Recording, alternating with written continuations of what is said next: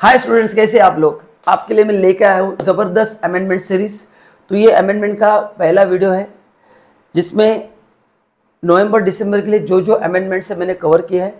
नीचे आपको उसका लिंक मिल जाएगा, तो नोट्स डाउनलोड करना है, नीचे लिंक आपको दिया है। एंड अगर आप हमारे चैनल पे फर्स्ट टाइम आए तो चैनल को सब्सक्राइब करना है, बेल आइकन को प्रेस करना है। एंड वीडियो देखते समय कुछ भी डाउट आता है तो you can put that query in comment box, मैं डेफिनेटली उसको रिप्लाई करूंगा। तो गाइस चलिए शुरुआत करते हैं और मस्त मजे में अमेंडमेंट्स पढ़ते हैं।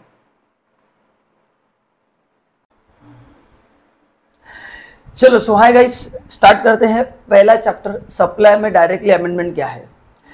जहां जहां पे अमेंडमेंट्स है वही मैं आपको दे रहा हूं, तो इसका मतलब बाकी चैप्टर में कोई अमेंडमेंट नहीं है। अपन ने पढ़ा था क्लास में बेसिक ऑफ जीएसटी, उसमें कोई अमेंडमेंट नहीं है। सेकंड अपन ने पढ़ा था चार्ज ऑफ जीएसटी, उसमें कुछ अमेंडमेंट्स नहीं है। हाँ, आरसीएम में कुछ है बट वो आगे मैंने कवर किया है। तो सप्लाई में अमेंडमेंट एक क्लैरिफिकेशन है। अभी क्लैरिफिकेशन क्या, पहले मैं आपको बताता हूँ। लेट्स इंश्योरेंस पॉलिसी कैसे वो करता है मैं आपको बताता हूँ। लेट्स से आपने मेडिक्लेम लिया है, आपका मेडिक्लेम 5 लाख रुपए का एग्जाम्पल दे रहा हूँ, और आपका प्रीमियम 20,000 रुपया है। सपोज इस साल आपने क्लेम नहीं किया तो कंपनी का फायदा होगा कि नहीं, तो आपको कुछ एक्स्ट्रा आपका लिमिट जो है 5 लाख को बढ़ा के देते हैं, जिसको बोलते हैं नो क्लेम बोनस, है ना। तो ये जनरल इंश्योरेंस में कॉमन ट्रेंड है, इवन व्हीकल इंश्योरेंस में, हर एक जगह पे नहीं है बट इंश्योरेंस में तो है, करेक्ट ना। तो अपन अभी बात कर रहे हैं इंश्योरेंस कंपनी की। तो इंश्योरेंस कंपनी आपको नो क्लेम बोनस देती है क्योंकि आपने लास्ट ईयर क्लेम नहीं किया, तो आपका 5 लाख का कवर 5,20,000 होगा। इस साल आपने वापस प्रीमियम दिया, क्लेम कुछ नहीं किया, वापस वो कवर धीरे धीरे बढ़ता जाएगा। तो क्वेश्चन रेज हुआ कि ये जो नो क्लेम बोनस आपको दिया जा रहा है हर साल as per the company policy, इस पे जीएसटी आएगा कि नहीं। तो देखो, the issue which arise for the consideration was whether deduction on account of no claim bonus. अच्छा, अभी कुछ कंपनी क्या करती है, आपका प्रीमियम कम कर देती है, ये भी होता है। कुछ मेडिकल कंपनी प्रीमियम कम नहीं करती, आपका पॉलिसी का कवर बढ़ा देती है, उसमें कोई प्रॉब्लम नहीं है। बट जहाँ पे प्रीमियम कम हो रहा है तो आपने क्लेम नहीं किया तो आपका 20,000 का प्रीमियम 18,000 हो गया, एक एग्जाम्पल दे रहा हूँ। तो ये 2,000 से प्रीमियम कम हो गया।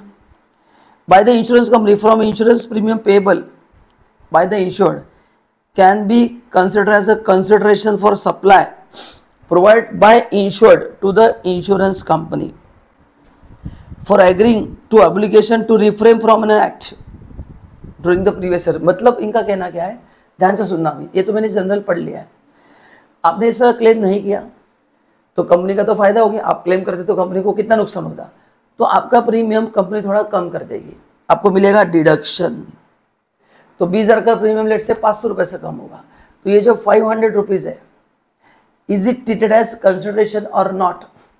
Because to refrain from an act का मतलब क्या है, आपने क्लेम नहीं लिया, आपने क्लेम नहीं लिया। To refrain from an act, आपने कोई क्लेम फाइल नहीं किया, मतलब क्या, आपने रिफ्रेन किया कि नहीं, तो वो कंसिडरेशन माना जाएगा नहीं, क्योंकि to refrain from an act section 7(1)(a) में कवर्ड है। क्या था सेक्शन 7(1)(a)? किसको गुड्स मानना है, किसको सर्विस मानना है। So to refrain from an act, to tolerate an act, उसको सर्विस माना जाता है। तो इसको कंसिडरेशन मानना है कि नहीं मानना है from GST point of view. As per the practice prevailing in the insurance sector, the insurance companies deduct no claim bonus from the gross insurance premium amount where no claim is made by the insured person during the previous period. Correct, तो minus हो जाएगा, ये मैंने बता दिया। The customer insured procedure insurance policy to identify himself from any loss injury as per the terms of policy is not under any contractual agreement not to claim insurance claim. हाँ, अभी देखो यहाँ पे क्या बोला है, यहाँ पे क्या बोला है, जिस कस्टमर ने इंश्योरेंस पॉलिसी लिया है, करेक्ट ना, उसके लिए कोई ऑब्लिगेशन है क्या क्लेम नहीं करना है? नहीं, वो क्लेम कर भी सकता है या नहीं भी कर सकता है, करेक्ट ना। तो यहाँ पे उन्होंने बोला है is not under any obligation not to claim insurance claim. तो उनका कहना है कि उसके लिए ऑब्लिगेशन नहीं है, वो चाहे तो क्लेम कर भी सकता है या नहीं भी कर सकता है। So it is not obligatory on him during the any period cover under the policy in लिeu of NCB. It is therefore clarified that there is no supply provided the insured to the insurance company in the form of agreeing to the obligation or to refrain from act. तो उनका कहने कि यहाँ पे कोई obligation नहीं है कि क्लेम करना ही नहीं है। तो ये जो आपने नो क्लेम बोनस दिया है, जिससे आपने प्रीमियम कम किया है, करेक्ट ना, उसको वैल्यू ऑफ सप्लाई नहीं माना जाएगा, मतलब उसमें ऐड नहीं किया जाएगा वैल्यू में, बस वही दिया एंड इसको कंसिडरेशन माना नहीं जाएगा। तो इन सिंपल वर्ड्स आपका जो भी प्रीमियम है उसमें से नो क्लेम बोनस माइनस होगा एंड बचा अमाउंट पे जीएसटी आएगा। तो सपोज आपका प्रीमियम है 20,000, उसमें से नो क्लेम बोनस माइनस होगा, लेट से 5% है तो 1,000 रुपया एंड जो 19,000 रुपया आएगा उस पर जीएसटी आएगा। पहले क्वेश्चन था कि जीएसटी 20 पे आना चाहिए क्या, है ना, तो इसको कंसिडरेशन मानेंगे क्या, नहीं, करेक्ट है, क्योंकि उसके लिए वो ऑब्लिगेटरी नहीं है, वो क्लेम ले भी सकता है या क्लेम नहीं भी ले सकता है, so it is not obligatory on his part. तो एकदम सिंपल क्या लर्न करना है कि नो क्लेम बोनस का जो भी अमाउंट कम किया है उसको कंसिडरेशन नहीं माना जाएगा, even though he has not made any claim, मतलब वही दिया ना, टू टॉलरेट एन एक्ट, उसने वो एक्ट टॉलरेट किया है तो उसको सप्लाई नहीं माना जाएगा, simple. Second, charge of GST में आरसीएम का मैंने कहा था, आरसीएम में अगर आपको याद है अपन ने पढ़ा था पहला सर्विस प्रोवाइड बाय गवर्नमेंट, है ना, तो सर्विस प्रोवाइड बाय गवर्नमेंट में हर जगह पे आरसीएम लगता है। अच्छा, गवर्नमेंट कौन कौन आता है ये अपन ने पढ़ा था, सेंट्रल गवर्नमेंट, स्टेट गवर्नमेंट, है ना, वो मैं वापस पढ़ाने वाला हूँ। अभी गवर्नमेंट का डेफिनेशन एक्सटेंड किया गया, बस बाकी कुछ भी अमेंडमेंट नहीं है। तो आरसीएम में जहाँ जहाँ पे वर्ड गवर्नमेंट आता है, पहले अपन ने क्लास में लिमिटेड डेफिनेशन पढ़ा था, अब उसमें एक्सटेंशन करके ऐड किया गया है। तो लेट्स अंडरस्टैंड, एकदम इन्फॉर्मेटिव अमेंडमेंट है, बस आरसीएम में आप लिख के देना, जहाँ पे मैंने आपको एक देखो मैंने आपको गवर्नमेंट का डेफिनेशन लिख के दिया है, उसी पेज पे ऐड कर देना। नोटिफिकेशन जो था ये अमेंड किया गया है, देखो क्या दिया है, as amended has notified specified category of supply where in the whole of the tax paid on RCM, मतलब ये आरसीएम का नोटिफिकेशन है। ये कौन सा नोटिफिकेशन है, ये आरसीएम का नोटिफिकेशन है कि कुछ सर्विसेज पे जीएसटी आरसीएम बेसिस पे आएगा, इसको अमेंड किया गया है। क्लॉज एच ऐड किया गया, explanation to this notification earlier provide that provision of this notification in so far as they apply to central government, state government shall also apply to parliament and state legislature, ठीक है। हाँ, तो ये अपन ने पहले पढ़ा था कि सर्विसेज बाय गवर्नमेंट में कौन कौन आता है। अच्छा, फर्स्ट थिंग, आरसीएम में सर्विसेज बाय गवर्नमेंट आरसीएम में जाता है, क्योंकि चैप्टर का नाम है आरसीएम है। तो गवर्नमेंट जो भी सर्विस प्रोवाइड करेगा रिसिपेंट को कहाँ पे जाएगा, आरसीएम में जाएगा, एक्सेप्ट दो थे, याद है कौन से, रेंटिंग ऑफ इमोल प्रॉपर्टी, है ना, अगर अनरजिस्टर्ड है तो फॉरवर्ड चार्ज है, तो दो एक्सेप्शंस थे। उसके बाद पोस्ट के कुछ सर्विसेज, याद है ना, पोस्ट के कुछ सर्विसेज, तो इसमें भी एक्सेप्शन है, गवर्नमेंट के सभी सर्विसेज नहीं, तो आप एंट्री पढ़ लेना, गवर्नमेंट के कुछ सर्विसेज जो है उसमें अभी भी फॉरवर्ड चार्ज है, कौन सा, renting of immovable property and कुछ स्पेसिफाइड सर्विसेज पोस्ट की, उसमें अभी भी फॉरवर्ड चार्ज है। लेकिन वो छोड़ के, तो बोले कौन सी दो छोड़ के, एक पोस्ट का सर्विस एंड एक रेंटिंग, कौन सा रेंटिंग, इमोल प्रॉपर्टी टू अनरजिस्टर्ड पर्सन, इन दोनों में अभी भी फॉरवर्ड चार्ज गवर्नमेंट जीएसटी लगाएगा। बट ये दोनों छोड़ के बाकी गवर्नमेंट जिन लोगों को सर्विस दे रहा है, अगर वो एग्जेम्प्ट नहीं है तो वो आरसीएम में है, अगर वो एग्जेम्प्ट नहीं तो कहाँ पे, आरसीएम में है।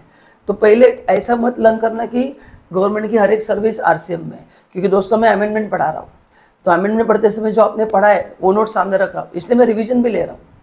मैं आपको बता रहा हूँ कि कौन से गवर्नमेंट के सर्विस, वापस बता रहा हूँ कहाँ पे फॉरवर्ड चार्ज है, बोलो, renting of immovable property to unregistered person forward charge, post की कुछ सर्विसेज है, याद करो अपन ने एग्जामिनेशन में एंट्री नंबर 6 का चार्ट बनाया था, है ना, तो उसमें अभी भी क्या है, फॉरवर्ड चार्ज, उसमें अभी भी क्या है, फॉरवर्ड चार्ज है। तो अभी मैं क्या करता हूँ, मैं आपको एक बार वापस दिखा देता हूँ कहाँ पे आरसीएम है, कहाँ पे फॉरवर्ड चार्ज, मतलब आपको कंफ्यूजन नहीं होगा, क्लैरिटी रहेगी। देखो ये आरसीएम का प्रोविजन है, service provided agreed to provide by government excluding, देखो ये सर्विसेज फॉरवर्ड चार्ज में है, जो अपन ने पढ़ा था स्पेसिफाइड सर्विसेज। तो कौन सी सर्विस गवर्नमेंट की फॉरवर्ड चार्ज में है,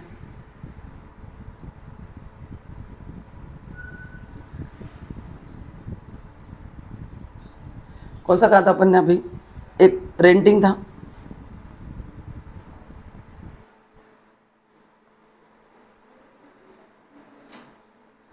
एंड कुछ स्पेसिफाइड मतलब कुछ पोस्ट की सर्विसेज थी, ट्रांसपोर्टेशन था, है ना, देन पोर्ट, एयरपोर्ट, ये अपन ने पढ़ा था।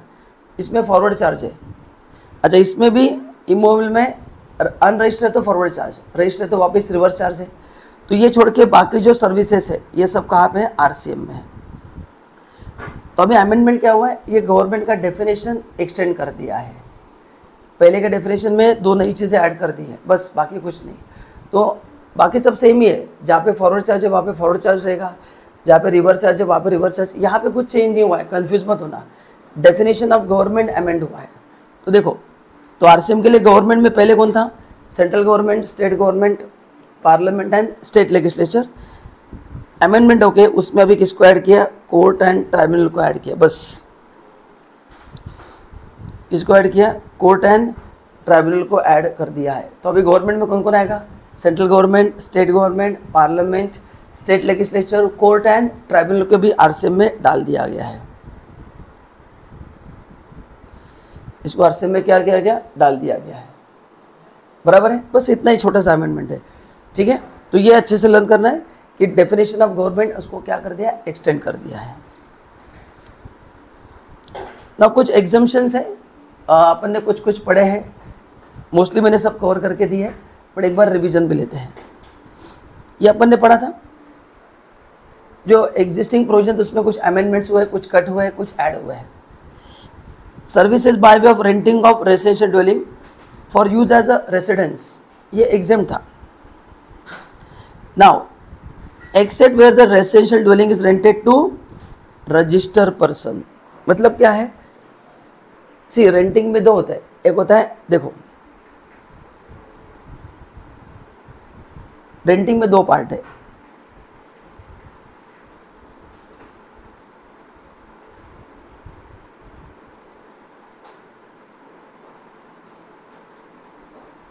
Commercial and residential.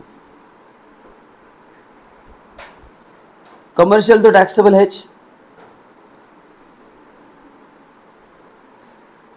Residential exempt था, लेकिन यहाँ पे अमेंडमेंट लाया।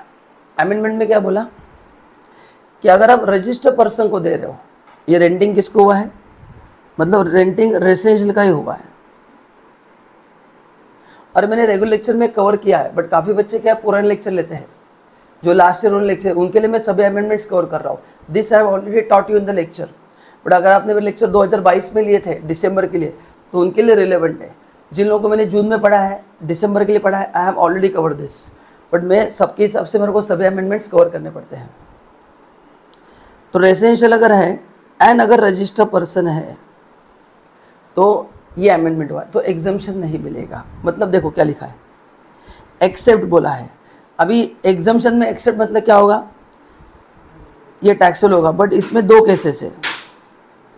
ये बिजनेस पर्पस के लिए तो टैक्सेबल होगा, अगर रहने के लिए तो टैक्सेबल नहीं होगा। तो residential property given to registered person, उसका यूज भी देखना जरूरी है। If it is again for residential, no GST, but उसको मैंने ऑफिस के लिए यूज करने को दिया, तो घर है बट उसको ऑफिस के लिए यूज करने को दिया, तो फिर उस पर आरसीएम आएगा। तो देखो वो भी दिया है,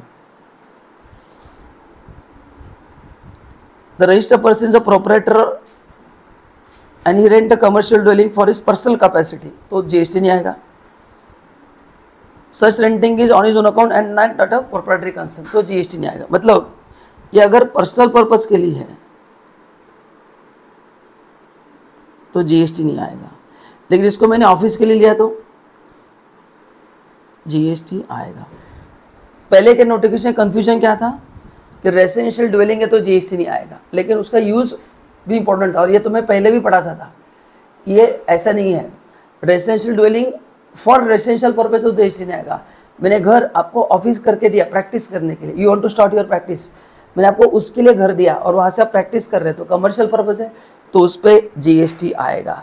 so this is the small amendment जो मैंने रेगुलर लेक्चर में कवर किया है, प्लस अगर आपने मेरे लेक्चर पहले लिए रहेंगे तो उनके लिए मेरा काम है सभी अमेंडमेंट्स कवर करना। Is this clear to everyone? तो एक छोटा सा अमेंडमेंट हुआ है, बाकी कुछ इतना बड़ा अमेंडमेंट नहीं है, ठीक है। चलो, कुछ एग्जाम्शन विड्रॉ किए गए, तो अपने नोट्स में अगर आपके देखो कौन से नोट से इस पे कट कर देना है। 23A service by way access to road और bridge on payment of annuity. Annuity मतलब पीरियडिकल पेमेंट आप दे रहे हैं टू एक्सेस दैट रोड और ब्रिज। तो ये 1/1/2023 से टैक्सेबल हो गया है, ठीक है। नाउ अभी कुछ अमेंडमेंट्स हुए एजुकेशन इंस्टीट्यूशन में, ठीक है। अच्छा, पहले अपन ने एजुकेशन इंस्टीट्यूशन में क्या क्या पढ़ा था? Any service provide by education institution to student, faculty and staff, exam था, बराबर है। Plus service by education institution of entrance test. 2 point है कि अगर एजुकेशन इंस्टीट्यूशन एंट्रेंस टेस्ट लेता है, जहाँ पे बच्चे एडमिशन लेते हैं, मतलब टेस्ट देते हैं, फिर मेरिट के बेसिस पे उनको एडमिशन दिया जाता है, तो जो एंट्रेंस फीस है उस पर भी जीएसटी नहीं आएगा, ओके। तो services by education institution, any service to student, faculty and staff, no GST, ये अपन ने पढ़ा है। सेकंड अपन ने पढ़ा है कि एजुकेशन इंस्टीट्यूशन जो एंट्रेंस टेस्ट लेता है, जिसके लिए आपको कुछ पैसे देना पड़ता है, जैसे कॉमन एंट्रेंस टेस्ट एग्जाम्पल है कैट, तो उस पर जीएसटी नहीं आएगा। ये अपन ने पढ़ा था, ये मैंने रिवीजन लिया। अभी let's understand what is the amendment. तो अब इसमें एक छोटा सा अमेंडमेंट आया है। तो एजुकेशन इंस्टीट्यूशन की सर्विस क्या क्या देखो, एग्जाम्शन है। Exemption available to education institution, central state government education board for conduct of entrance examination extended to any authority board. हाँ, ये भी अपन ने पढ़ा था कि एजुकेशन इंस्टीट्यूशन में कौन कौन आता है। जो अपना बोर्ड है, SSC board, HSC board, ICSC, CBSE board, ये आपसे देखो कुछ पैसा लेते हैं। जब भी आपका बोर्ड एग्जाम होता है, in addition to school fee अपने को बोर्ड को फीस देना पड़ता है, इस पर भी जीएसटी नहीं आएगा। तो ये अपन ने पढ़ा था as a part of definition of education institution. तो एजुकेशन इंस्टीट्यूशन में वोकेशनल ट्रेनिंग आता है, करेक्ट ना, any course approved by law आता है जो इंडिया में रिकॉग्नाइज्ड है। देन अप टू 12 तक, प्री प्राइमरी से लेकर 12 तक भी कवर्ड है। तो एजुकेशन इंस्टीट्यूशन में क्या क्या आता है? पहला आता है अप टू 12 स्टैंडर्ड। फिर मैंने कहा था क्लास में कि वो नेशनल हो, या चाहे तो मैं आपको दिखा देता हूँ, अगर आप भूल गए तो एक बार देख लेना।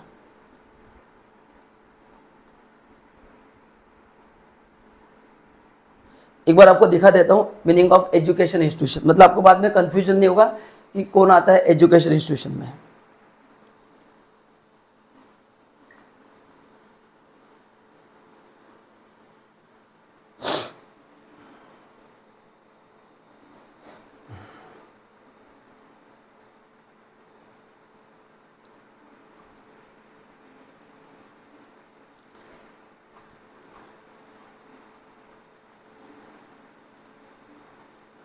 एक minute.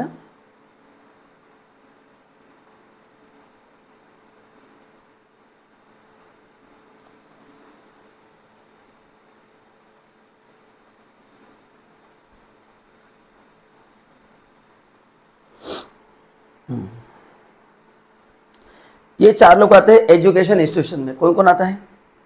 Pre school education up to higher secondary, मतलब अप टू 12 तक के सब आएंगे। इसमें डोमेस्टिक प्लस इंटरनेशनल दोनों कवर होते हैं। Education as a part of curriculum recognized by law in India, India के बाहर का नहीं, CFA टैक्सेबल होगा।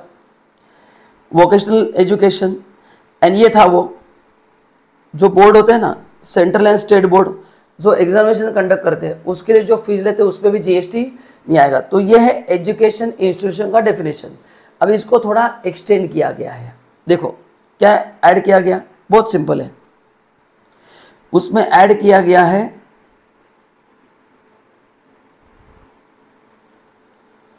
बस, उसमें नेशनल टेस्टिंग एजेंसी को ऐड किया गया है। किसको ऐड किया गया? Including national testing agency for conduct of entrance examination, वो भी ऐड किया गया, बाकी कुछ भी नहीं है, बस उतना ही है। तो क्या ऐड किया गया? तो आपके नोट्स में ये ऐड कर देना है ना। तो जो अपन ने पढ़ा ना, यहाँ पे कहाँ पे ऐड होगा वो भी दिखा देता हूँ। यहाँ पे लिख देना है नेशनल टेस्टिंग एजेंसी, बस here you need to add.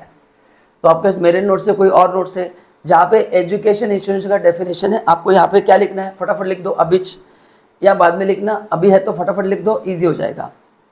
कौन सा वर्ड ऐड करना है बोलो? National education, national testing agency को भी ऐड करना है। तो ये भी उसमें कवर किया गया है। सेकंड और एक क्लैरिफिकेशन आया है, clarification on applicability of GST on accommodation service supplied by Air Force mess and other similar mess to his personnel, correct ना। सो मोस्टली अपन ने पढ़ा था कि जो हॉस्टल वगैरह होते हैं उस पर जीएसटी नहीं आता है, रेजिडेंशियल ड्वेलिंग पे जीएसटी नहीं आता है। अभी यहाँ पे हुआ क्या है, जो एयरफोर्स है उन्होंने उनके पर्सनल को घर दिया रहने के लिए और उनसे कुछ चार्जेस लिए जा रहे हैं, तो उस पर जीएसटी आएगा कि नहीं आएगा। The issue which arose for the clarification is whether GST is payable on accommodation service supplied by air force to is personnel. All the service supplied by government, central government, union territory, local authority to any person other than business entity, except few are exempt. Entry number 6 जो मैंने आपको दिखाया था exemption में, तो government जो भी service देती है अदर देन फ्यू, कौन से, वो पोस्ट के वगैरह छोड़ के एग्जेम्प्ट है। Therefore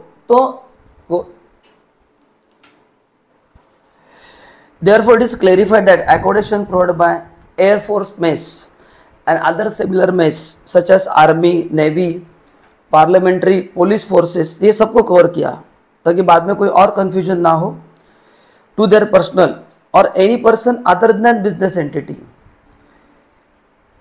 qualified to be service supplied by government, और ये भी एग्जाम्प्ट रहेगा। So army, navy, parliamentary and police force, ये उनके जो मेंबर्स को जो घर देके रहने के लिए उस पर जीएसटी नहीं आएगा, एक्सेप्ट बिजनेस एंटिटी। तो जो जीएसटी का एंट्री नंबर 6 है ये उसके हिसाब से होगा। वहाँ पे लिखा है कि गवर्नमेंट के सर्विसेज पे जीएसटी नहीं आएगा, एक्सेप्ट वो कुछ पोस्ट की है बस, बाकी सब छोड़ के। नाउ प्लेस ऑफ सप्लाई में एक अमेंडमेंट हुआ है, ये अपन ने वैसे तो क्लास में कवर किया है, लेट्स सी क्या है। अच्छा, प्लेस ऑफ सप्लाई में सेक्शन 12(8). अच्छा, पहले प्लेस ऑफ सप्लाई में सेक्शन 12 क्या है एंड 13 क्या है, याद है क्या आपको? बोलो। सेक्शन 12 है जब ये सर्विस के लिए, 10 is for goods, 11 is for import export of goods, and section 12 किसके लिए बोलो? ये सर्विस के लिए जब सप्लायर एंड रिसिपेंट दोनों इंडिया में है। तो पीओएस में 2 सेक्शन है, सेक्शन 12 एंड सेक्शन 13। यहाँ पे service provider and service recipient दोनों कहाँ पे? इंडिया में। एंड 13 कब आता है? या तो प्रोवाइडर या तो रिसिपेंट एक इंडिया में और एक आउटसाइड इंडिया है। ओके, तो अभी अपन जो पढ़ने जा रहे हैं वो सेक्शन 12 का अमेंडमेंट है जहाँ पे प्रोवाइडर रिसिपेंट दोनों इंडिया में है, दैट इज सेक्शन 12। ठीक है। अच्छा, अभी 12(8) इज रिलेटेड टू ट्रांसपोर्टेशन। ठीक है, तो अपन पहले एक बेसिक प्रोविजन पढ़ते हैं फिर आगे बढ़ते हैं।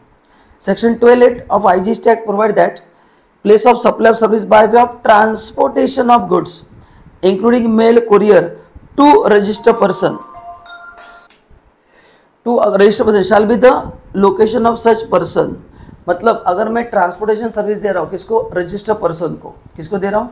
रजिस्टर्ड पर्सन को। तो प्लेस ऑफ सप्लाई क्या होगा? उसका लोकेशन होगा। ठीक है, जैसे यह है सेक्शन 12(8), यह है slow transport company, they are giving service, ये पुणे में है, they are giving service to mister X, registered person Chennai. तो इसमें पीओएस क्या होगा? इसमें पीओएस होगा Chennai, location of registered person. Goods कहीं पे भी जाए, मतलब गुड्स पुणे से दूसरे गुड्स कहीं पे जाते इंपॉर्टेंट नहीं है, ये ध्यान में रखना। आपको एग्जाम में कंफ्यूज करने के लिए क्वेश्चन ऐसा देते कि गुड्स कहीं से कहीं पे जा रहे हैं, वो आप ध्यान मत देना। प्रोवाइडर 12(8) है, 12(8) क्या है? Transportation of goods. Provider Pune में है, रिसिपेंट रजिस्टर पर्सन कहाँ पे? चेन्नई है, तो पीओएस चेन्नई होगा, ये इंटरस्टेट सप्लाई होगा।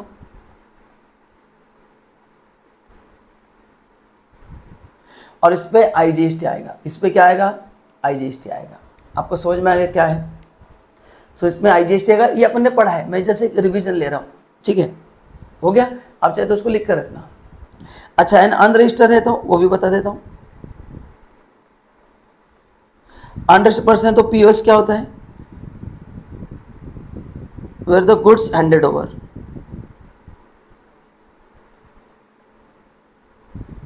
मतलब पुणे ही होगा, क्योंकि स्लो ट्रांसपोर्ट कंपनी पुणे में ही है, तो मैं गुड्स कहाँ पे एंटर करूँगा, पुणे में। तो अगर मैं अनरजिस्टर्ड पर्सन हूँ तो CGST HGST आएगा, क्योंकि वो पुणे में है और मैंने गुड्स पुणे में हैंड ओवर किया, दोनों एक ही स्टेट में है। ठीक है, तो ये था एक रिवीजन 12 का सुपर फास्ट। आगे प्लस अपन इसमें एक प्रोवाइजो पढ़ा था कि अगर ट्रांसपोर्टेशन इंडिया के बाहर हो रहा है जो एक्सपोर्ट के जैसा था, तो उसमें एग्जम्पशन दिया था even though both are in India. However, the proviso to above section provide that where the transportation of goods is to place outside India, the place of supply shall be the destination of such goods. Since in such cases the place of supply service is concerned to foreign destination and not the state where recipient is registered. ठीक है, तो ये भी अपन ने पढ़ा था कि अगर ये सर्विस USA में जा रहा है, बंदा रजिस्टर ही है, लेकिन POS क्या होगा, फिर USA होगा, मतलब वो एक्सपोर्ट माना जाएगा, और उस पर GST ना लाने के लिए ये अपन ने एक प्रोवाइजो पढ़ा था। समझ में आ गया? तो ये भी अपन ने लेक्चर में कवर किया है।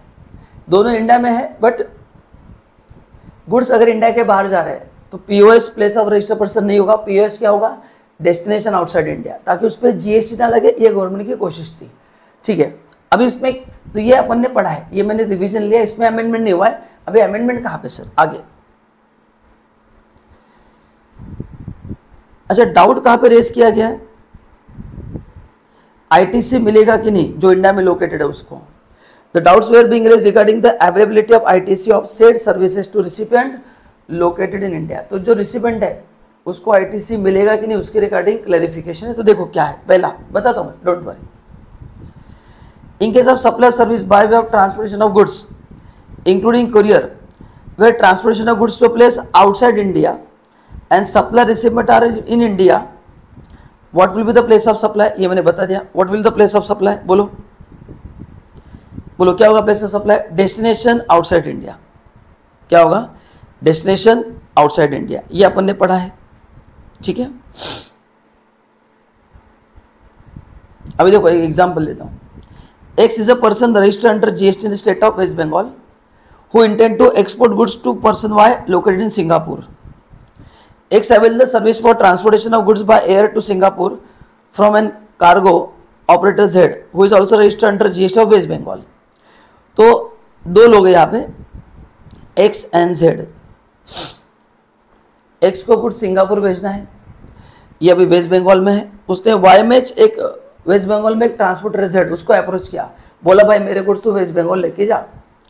तो in such case place of supply service provide to by Z to X is a destination, that is क्या आएगा, सिंगापुर। तो ये जो मैंने आपको पढ़ा है US, उसका एक एग्जाम्पल दिया, रिविजन ले रहा हूँ। आगे अभी केस 1 में अगर देखेंगे तो उसको इंटरस्टेट सप्लाई माना जाएगा या इंट्रास्टेट, यहाँ पे कंफ्यूजन है अभी। क्यों? क्योंकि देखो दोनों एक ही स्टेट में है। ट्राई टू अंडरस्टैंड, X भी वेस्ट बंगाल में है, Y भी वेस्ट बंगाल में है, दोनों एक ही स्टेट में, लेकिन गुड्स इंडिया के बाहर जा रहे हैं। तो ये सप्लाई कौन सा होगा, क्योंकि बिलिंग तो Y के नाम पे होगा, बिलिंग Z के नाम पे होगा, करेक्ट ना।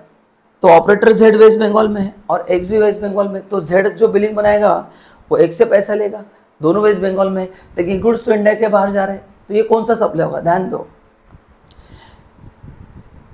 The above supply service would be considered as a interstate supply.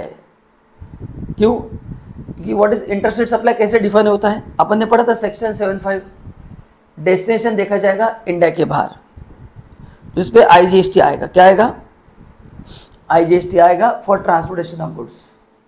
ठीक है, क्योंकि 75 क्या बोलता है कि IGST कब आएगा, इन केस ऑफ एक्सपोर्ट। एक्सपोर्ट मतलब क्या, गुड्स अगर इंडिया के बाहर जा रहे हैं तो यहाँ पे IGST आएगा। ये ध्यान में रखना है, दोनों एक स्टेट में भी रहेंगे तो भी गुड्स कहाँ पे जा रहे हैं, इंडिया के बाहर। तो ये अच्छे से एग्जाम में पढ़ के जाना कि सेक्शन 12(8) में भले रिसिपेंट एंड प्रोवाइड दोनों एक ही स्टेट में है, गुड्स अगर इंडिया के बाहर जा रहे हैं तो एज पर सेक्शन 75 जो अपन ने चैप्टर 2 में पढ़ा था, चार्ज ऑफ GST, इसका डायग्राम आपके पास है। प्लेस ऑफ सप्लाई क्या होगा, इंडिया के बाहर होगा, तो IGST आएगा।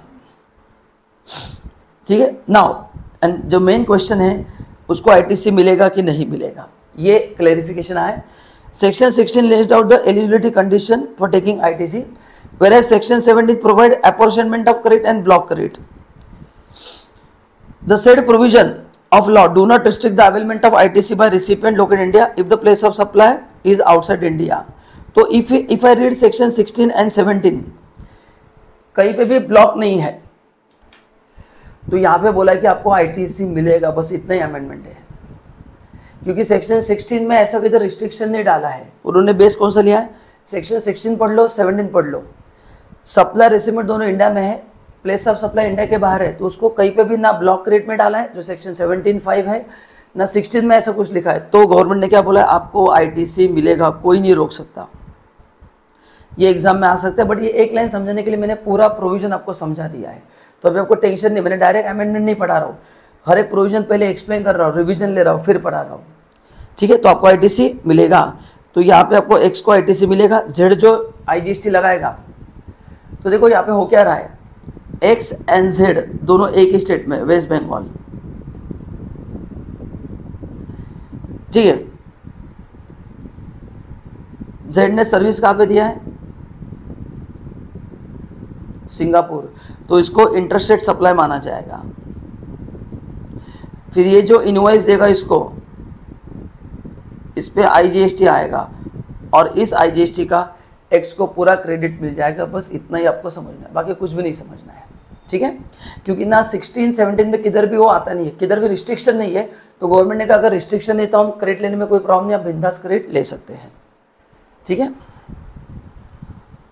नेक्स्ट, अभी नेक्स्ट है वैल्यू ऑफ सप्लाई। अभी जो अपन ने पढ़ा था ना मेडिक्लेम का, मैंने कहा था पहला amendment, no claim bonus. No claim bonus क्या होता है, माइनस होता है मेडिक्लेम में से। तो अभी अगर आप देखेंगे वैल्यू ऑफ सप्लाई का एक बार रिवीजन लेते हैं। वैल्यू ऑफ सप्लाई दोस्तों आपका है सेक्शन 15 ऑफ CGST एक्ट, जिसमें सेक्शन 15(1) आपको बताता है मीनिंग ऑफ ट्रांजैक्शन वैल्यू। ठीक है, प्राइस एक्चुअली पेड और payable where buyer and seller are not related and price must be the sole consideration। 15(2) जो है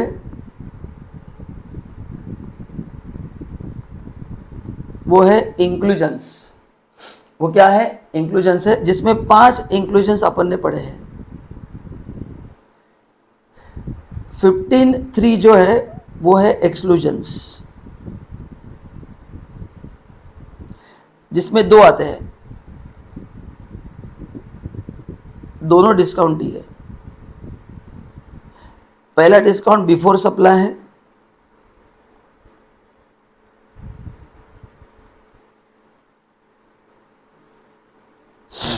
दूसरा डिस्काउंट आफ्टर सप्लाई है। पहला बिफोर सप्लाई, दूसरा आफ्टर सप्लाई है।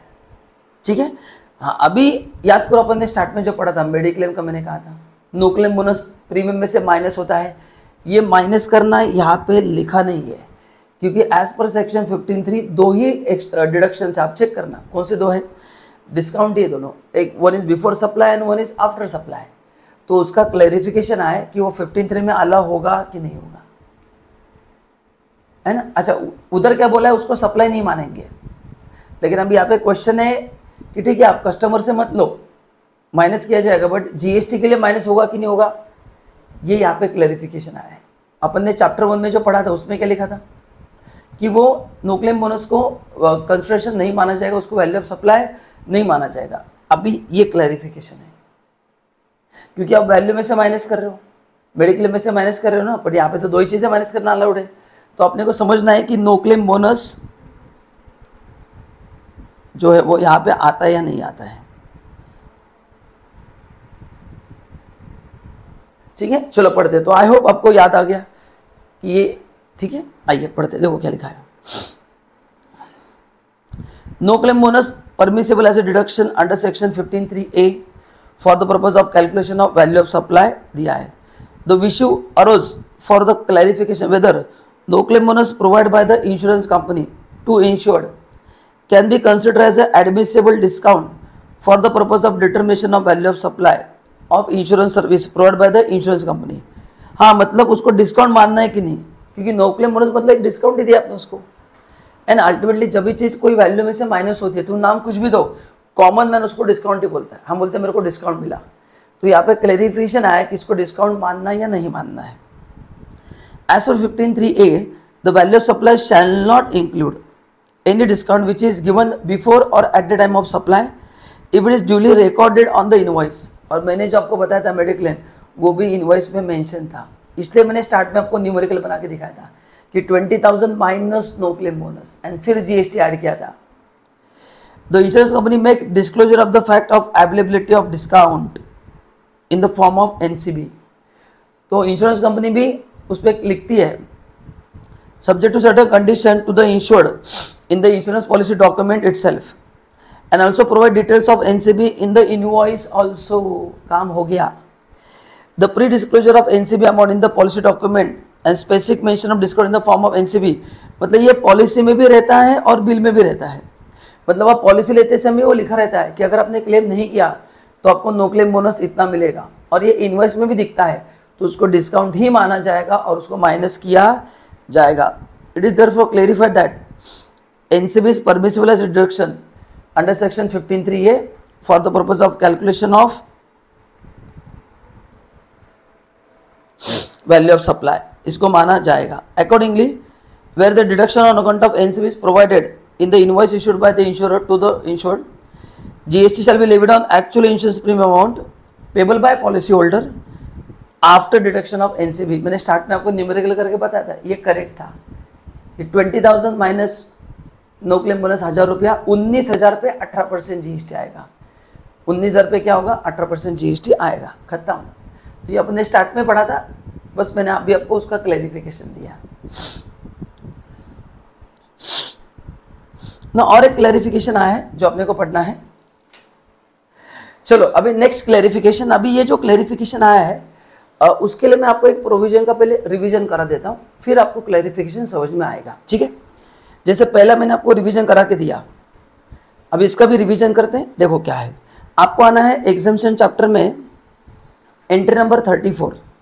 अपन ने पढ़ा था services by acquiring bank. Now what is acquiring bank? मैंने मेरे वेबसाइट का एग्जांपल दिया था, या आप काफ़ी सारे ऑनलाइन शॉपिंग करते हैं तो बीच में पेमेंट गेटवे होता है, जैसे पेपल होता है, इंस्टामोजो है, ईज़बज़ है, ऐसे तो बीच में पेमेंट गेटवे आता है जिसके थ्रू पेमेंट होता है।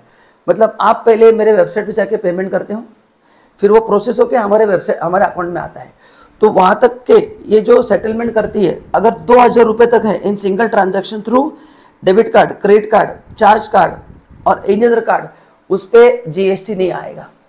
ओके, तो आपने किसी वेबसाइट से ऑनलाइन ट्रांजैक्शन किया है, अगर वो ट्रांजैक्शन वैल्यू 2,000 रुपया है, ठीक है, तो ये जो बैंक है कुछ कमीशन चार्ज करते हैं, उस कमीशन पे जीएसटी नहीं आएगा।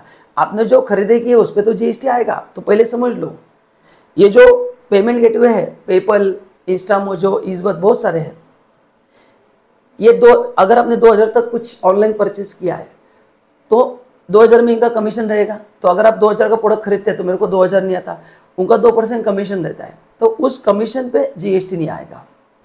ठीक है, अभी इसमें क्या क्या कवर था? 1, 2, 3, 4, 5। तो credit card, debit card, charge ये था, है ना। अभी इसमें कुछ अमेंडमेंट हुआ है, तो ये अच्छा, अपन ने एक एग्जाम्पल भी सॉल्व किया था। अगर इंटरनेट बैंकिंग करते तो आता है, क्योंकि इसमें इंटरनेट बैंकिंग को एग्जम्पशन नहीं था, बाकी सब जगह पे एग्जम्पशन था, है ना। यहाँ पे देखो इंटरनेट बैंकिंग है क्या? नहीं। तो ये पहले ध्यान में रखना अमेंडमेंट पढ़ने से पहले कि credit card, debit card, charge card और एनी अदर कार्ड सर्विस, उसके थ्रू आप जो 2,000 का ट्रांजेक्शन करोगे तो वो जो पेमेंट गेटवे है उनको जो कमीशन मिलेगा उस कमीशन पे जीएसटी नहीं आएगा। ठीक है, अभी उसमें कुछ क्लैरिफिकेशन आया है, क्योंकि गवर्नमेंट ने और बहुत सारे ऑप्शन दे दिए पेमेंट के, ऑनलाइन पेमेंट करने के लिए, तो उसका क्या होगा? देखो, clarification on applicability on GST incentive paid by, ये जो नाम है ये यहाँ पे लॉन्ग फॉर्म दिया है, ministry of electronic and information technology to acquiring bank under the incentive scheme for promotion of RuPay debit card and low value भीम यूपीआई ट्रांजैक्शन। तो अभी इस पे भी वो ट्रांजैक्शन अलाउ कर दिए हैं, लो वैल्यू भीम यूपीआई, उससे भी आप पेमेंट कर सकते हैं, रुपे डेबिट कार्ड से भी आप पेमेंट कर सकते हैं। तो क्वेश्चन है उस पर जीएसटी आएगा क्या? क्योंकि अभी अपन ने जो प्रोविजन पढ़ा था उस पर क्लियर कट लिखा है, क्या लिखा है? Credit card, debit card, charge card, payment card, उस पर जीएसटी नहीं आएगा। उसमें वो भीम यूपीआई है, रुपे डेबिट कार्ड के बारे में कुछ भी नहीं लिखा था, तो उसके बारे में क्लैरिफिकेशन मैं आपको पढ़ाने जा रहा हूँ। तो आई होप आपको पूरा क्लैरिटी आ गया। तो under the incentive scheme for promotion of RuPay debit card and low value भीम UPI transaction, the government pays acquiring bank an incentive as a percentage of value of rupee debit card transaction and low value Bhim UPI transaction up to 2000 rupees.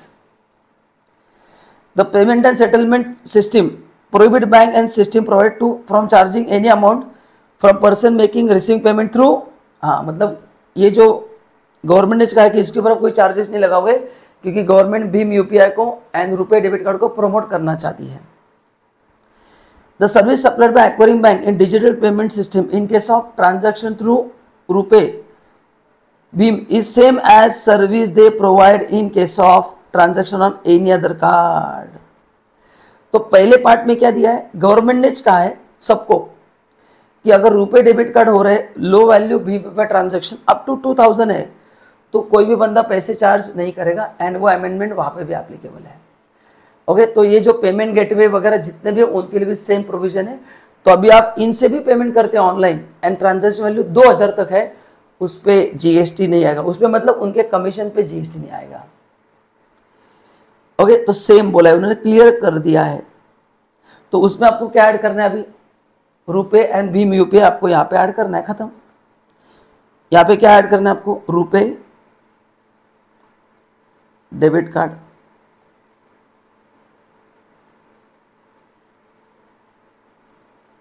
And Bhim UPI add कर दो, बस खत्म।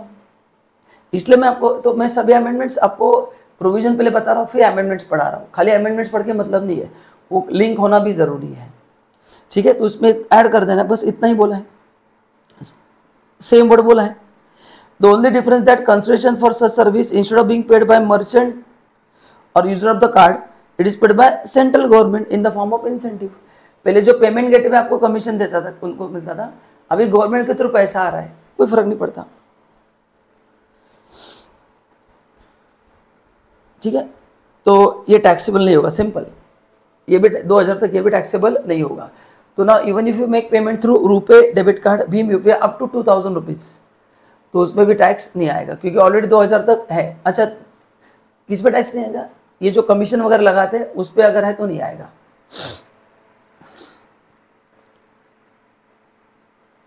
The next amendment is input tax credit, ये भी अपन ने lecture में cover किया है। काफ़ी सारे अमेंडमेंट्स मैंने ऑलरेडी आपको बता दिए, बट कुछ बच्चे पढ़ो काफ़ी पुराना लेते हैं जिनका दिसंबर का है, तो मेरे को उनके हिसाब से सब अमेंडमेंट्स कवर करने पड़ते हैं। तो कुछ अपन ने कवर किए हैं, कुछ बाकी है, आराम से एक बार देख लेना। नाउ आईटी से में अपन ने सेक्शन पढ़ा था, सेक्शन 16 जहाँ पे था कंडीशंस टू क्लेम आईटीसी, ठीक है। एक बार मैं आपको इसका रिवीजन करा देता हूं ताकि फिर आपको समझने में मजा आएगा। एक बार रिवीजन करते हैं।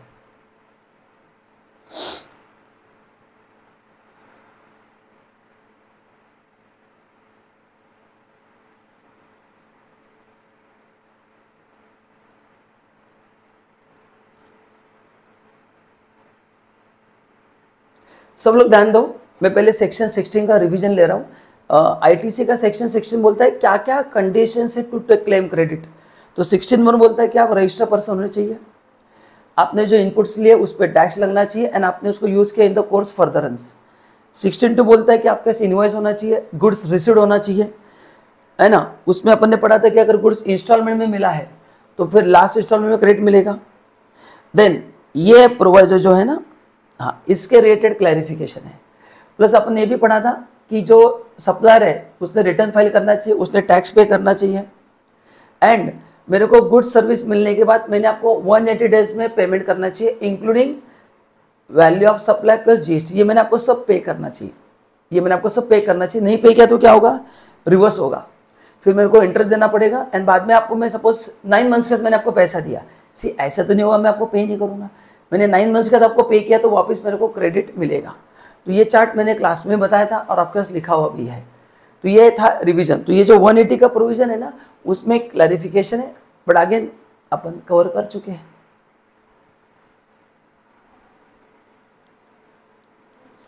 देखो, only proportionate reversal of ITC is required in case of part payment of value of supply in respect of inward supply, मतलब होता था क्या था, सी आपने मेरे को इनवॉइस दिया है, देखो कंफ्यूजन क्या, देखो आपने मेरे को इनवॉइस दिया है,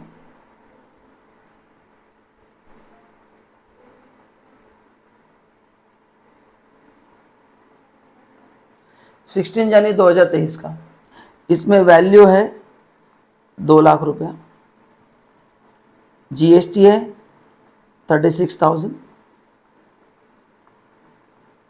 ये 18% के हिसाब से मैंने लिया है। अभी यहाँ से 180 डेज, चलो काउंट करो 180 डेज, यहाँ से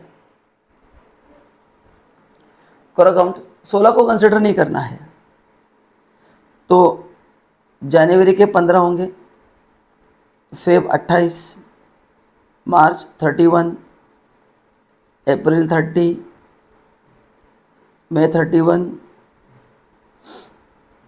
जून 30 एंड जुलाई के देखो कितने आएंगे, चलो काउंट करो फटाफट, 180 डेज माइनस करो और काउंट करो,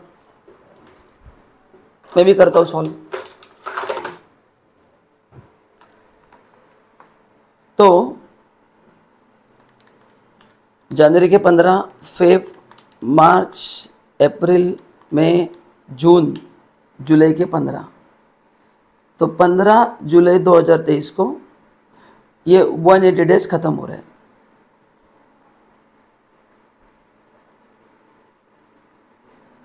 अगर मैंने आपको यहाँ तक पेमेंट नहीं किया 2,36,000 का, तो आईटीसी रिवर्स होगा। अभी क्वेश्चन था अगर मैंने पार्ट दिया तो, है ना,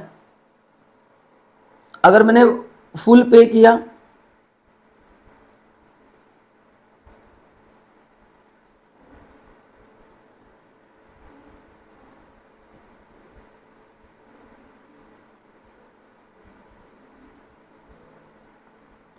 फुल पे किया तो आईटीसी रिवर्स होगा क्या? नहीं होगा, क्योंकि 6 मंथ में। अभी क्वेश्चन था अगर मैंने पार्ट पे किया तो, मतलब मैंने 2 लाख की जगह 60,000 पे किया एंड प्लस जीएसटी पे किया तो क्या होगा? पे किया 180 में बट पार्ट पे किया, तो उसके बारे में कुछ अपने को डिस्कशन करना है। ठीक है, ये समझ में आ गया? तो फुल पे किया तो कोई प्रॉब्लम ही नहीं है। ओके, पार्ट पे किया तो अच्छा, जो बाद में पे होगा उसका बाद में बात करेंगे। आइए, तो ये था ओनली प्रपोर्स। देखो क्या बोला है, सेकेंड प्रोवाइजो लाया गया, provide that registered person must pay amount to the supplier the value of good service within 180 days. वो दिया, वो तो अपन ने पढ़ा है, वो तो अपन ने पढ़ा है। However, where the registered person who has availed ITC on any inward supply failed to pay supplier within 180 days, then amount reverse होगा, ये भी अपन ने पढ़ा है, करेक्ट ना? बट इसमें क्लैरिफिकेशन था, ऐसा कुछ लिखा नहीं था। तो बताओ, ये जो मैंने प्रोविजन पढ़ा इधर किधर लिखा है क्या? फुल और पार्ट नहीं लिखा। तो देखो, however it gave impression that whole ITC pertaining to such supply was to be reversed, even though part of payment could have made by recipient to the supplier. This happened to be in departure from the principle of proportionate reverse under the original rule. तो originally कहा था कि part आप ले सकते हैं, but इसमें कुछ क्लैरिटी नहीं थी, क्योंकि यहाँ पे वर्ड क्या था? Amount towards value of supply. मतलब उसमें क्लैरिटी थी कि पूरा देना है, पार्ट देना है, तो क्या होगा। तो उसको बाद में अमेंड किया गया to provide that reversal of amount of ITC proportionate to the amount not paid by recipient। हाँ, तो इसको अमेंड करके बोला ठीक है कि आप पार्ट वाला पेमेंट करके ले सकते हो। ये कब बोला गया? 1 अक्टूबर 2022 को। तो इनिशियली जब प्रोविजन आया था तो क्लैरिटी नहीं थी। बाद में बोला गया कि आपने अगर पार्ट पेमेंट किया तो उतना रिवर्स नहीं होगा, बाकी का रिवर्स होगा। So what ever you have paid with in 180 days, उतना रिवर्स नहीं होगा, बाकी का रिवर्स हो जाएगा। फिर a registered person who has availed ITC of any inward supply of goods service both other than on which RCM is applicable but failed to pay supplier the amount towards value of tax whether wholly or partly along with the interest। तो अभी उन्होंने clear कर दिया कि आप पूरा पे करो या पूरा पे नहीं किया या आधा पे नहीं किया, पार्ट मीन्स एनीथिंग, तो क्या करना पड़ेगा? आपको रिवर्स करना पड़ेगा। ये अपन ने पढ़ा था, जितना ITC ले उतना रिवर्स करना पड़ेगा और उस पर इंटरेस्ट देना पड़ेगा under section 15। That rate of interest is 18%। ये इंटरेस्ट कहाँ से देना पड़ेगा? 180 डेज होने के बाद जो भी GST और 3B का डेट आएगा वहाँ तक आपको देना पड़ेगा, है ना। तो यहाँ पे 180 डेज कहाँ पे खत्म हो रहे हैं, 15 जुलाई को। इसका नेक्स्ट पेमेंट कब होगा, 20 अगस्त 2023 को। जहाँ पे GST और 3B अपन फाइल करेंगे वहाँ तक का इंटरेस्ट देना पड़ेगा। ये था 1/10/2022 का चेंज, ठीक है। तो 26 दिसंबर 2012 तक तो क्या बोला गया था कि होली या पार्टली है, जितना पे उतना आपको क्रेडिट मिलेगा। तो पहले पार्ट में क्लैरिफिकेशन नहीं था कि पूरा पे करना है आधा, फिर उसको क्लैरिफाई किया कि भाई तूने पार्ट पे किया तो हम तेरे को क्रेडिट देंगे, बाद में वापस चेंज कर दिया। Reversal of ITC in case of non payment of tax but by supplier और रीअवेलमेंट, ये नया रूल लाया गया 37A। Newly inserted rule covers the situation where registered person avail the ITC for tax period in respect of such invoice debit note, मतलब आपने ITC पूरा लिया है। The details of which have been furnished by the supplier in the statement of outward supply, ये अपन ने class में पढ़ा था। अपन ने एक कॉन्सेप्ट पढ़ा था इन एलिजिबल ITC, याद है। तो इसमें क्या ये रहा है रूल 37A, क्या देखो, पहले अपन क्या करते थे, प्रोपोर्शनेट क्रेडिट लेते थे। प्रोपोर्शनेट मतलब सुनो क्या, ऐसे आपने मेरे को 50 बिल दिए है, 50 में से पोर्टल पे 40 बिल ही दिख रहे हैं, 10 बिल नहीं दिख रहे हैं। तो जितने 10 बिल नहीं दिख रहे, 40 बिल जितने दिख रहे हैं उसको बोलते हैं एलिजिबल क्रेडिट। उसका हम 5% वगैरह क्लेम करते थे, अगर आपको याद है तो 2022 में अपन ने पढ़ा था, उसको उन्होंने हटा दिया है। ये मैंने क्लास में आपको पढ़ा है कि अभी इन सिंपल वर्ड्स रूल 37 इतना ही बोलता है कि लेट से मेरे पास 50 बिल है, मैंने 50 लोगों से माल खरीदा है, लेकिन पोर्टल पे 40 ही दिख रहे हैं, तो मेरे को 40 का ही क्रेडिट मिलेगा। जो 10 बिल मेरे पास पेंडिंग है उसका क्रेडिट जब भी मिलेगा जब सामने वाला बंदा रिटर्न फाइल करेगा। 2022 में ऐसा प्रोविजन था कि कुछ परसेंटेज 5% में क्लेम कर सकता था। 50 में से 40 बिल दिख रहे हैं ना, तो 40 बिल का जो ITC उसका 5% में क्लेम करता था, बट अभी वो हटा दिया, बस इतना ही है, ठीक है। तो ये अपन ने क्लास में कवर किया। तो रूल 37 ने क्या बोलता है कि पोर्टल पे जितना इनवॉइस दिखेगा उतना ही क्रेडिट मिलेगा, बचे जो है उसका क्रेडिट आपको बाद में मिलेगा। Supplier has to do all the compliance. In such case, the said amount of ITC shall be reversed by the, अच्छा सॉरी ये रह गया। However, supplier does not furnish 3B for the tax period corresponding to said statement of outward supply till 30th September following the end of financial year in which ITC in respect of such invoice debit note has been availed। मतलब क्या है, पहला part में बोला है, ये पहला part ध्यान से सुनना। ये पहले पार्ट में कौन सा सिचुएशन कवर्ड है, आपने मेरे को बिल दी है, आपने उसका रिटर्न्स वगैरह सब फाइल कर दिए, ठीक है। या तो GST 1 होता है आपके लिए रिटर्न ऑफ आउटवर्ड सप्लाई, या फिर आप QRMP स्कीम में हो तो इनवॉइस फर्निशिंग फैसिलिटी, तो आपने आपके रिटर्न ईमानदारी से भर दिए, मेरे को क्रेडिट मिल गया। हाउएवर, लेकिन सप्लायर ने अगर 3B नहीं भरा है, हाँ अभी क्या हो गया, आपने GST 1 तो भर दिया तो मेरे पोर्टल पे आ गया, बट आप 3B भरेंगे तो गवर्नमेंट को मिलेगा, आपने 3B नहीं भरा, ये प्रॉब्लम है। रूल 37 में अपन ने क्या पढ़ा था कि आपने अगर GST 1 में जितना दिखेगा उतना मिलेगा, दैट इज ओके। तो 50 में से आपने 40 ही बिल अपलोड किए, चलो 10 बिल का तो मेरा लॉस हो गया, वो आप बाद में मेरे को मिलेगा जब आप उसका रिटर्न फाइल करोगे। 40 का आपने GST 1 फाइल कर दिया बट उसका 3B फाइल नहीं किया तो क्या होगा, ये है। क्योंकि जब तक आप 3B फाइल नहीं करोगे गवर्नमेंट को GST नहीं मिलेगा। तो आपने GST 1 अपलोड कर दिया, रिटर्न ऑफ आउटवर्ड सप्लाई आपने फाइनल कर दिया, लेकिन 20 तारीख को पेमेंट नहीं किया तो हाँ वापस रिवर्स हो जाएगा। क्योंकि जब तक आप गवर्नमेंट को पैसा देंगे नहीं तब तक मेरे को क्रेडिट नहीं मिलेगा। खाली पोर्टल में अपलोड करके कुछ नहीं होगा, उसका क्लैरिफिकेशन है। देखो क्या बोला है, the supplier has not furnished the return in 3B for the corresponding period till 30th September following the end of financial year to which ITC, तो आपने मेरे को इनवॉइस दे दिया है, GST 1 अपलोड कर दिया, उसका 3B आपने फाइल नहीं किया, बट बाद में कब तक करना है, अगले साल के 30 सितंबर तक नहीं किया। तो ये जो डेट था अभी कितना हो गया, 30 नवंबर हो गया है। कितना हो गया, 30 नवंबर हो गया है। In such case the said amount of ITC shall be reverse by the recipient. अगर आपने 3B फाइल नहीं किया तो ऑब्वियसली मेरे को ITC रिवर्स करना पड़ेगा। While furnishing return in 3B on और बिफोर 30th नवंबर, ये मैंने कहा था 30 सितंबर जगह क्या हो गया, 30 नवंबर हो गया। तो सुना भी क्या होगा, रूल 37 में पहला पार्ट क्या बोलता है, आप जितने इनवॉइस पोर्टल पे दिखाओगे उतना मेरे को क्रेडिट मिलेगा। तो 50 में से आपने 40 दिखाए, मेरे को 40 का क्रेडिट मिलेगा, 10 का क्रेडिट मेरे को बाद में मिलेगा। ये पहला पार्ट समझ में आ गया। दूसरा पार्ट, आपने 1 फाइल किया, 3B फाइल नहीं किया है, तो फिर मेरे को क्रेडिट कैसे मिलेगा? आपको 3B फाइल करना ही पड़ेगा, क्योंकि जब तक आप 3B फाइल नहीं करेंगे गवर्नमेंट को टैक्स नहीं मिलेगा। तो वो फाइल कब तक कर सकते हैं? अगले साल का 30 नवंबर और एनुअल रिटर्न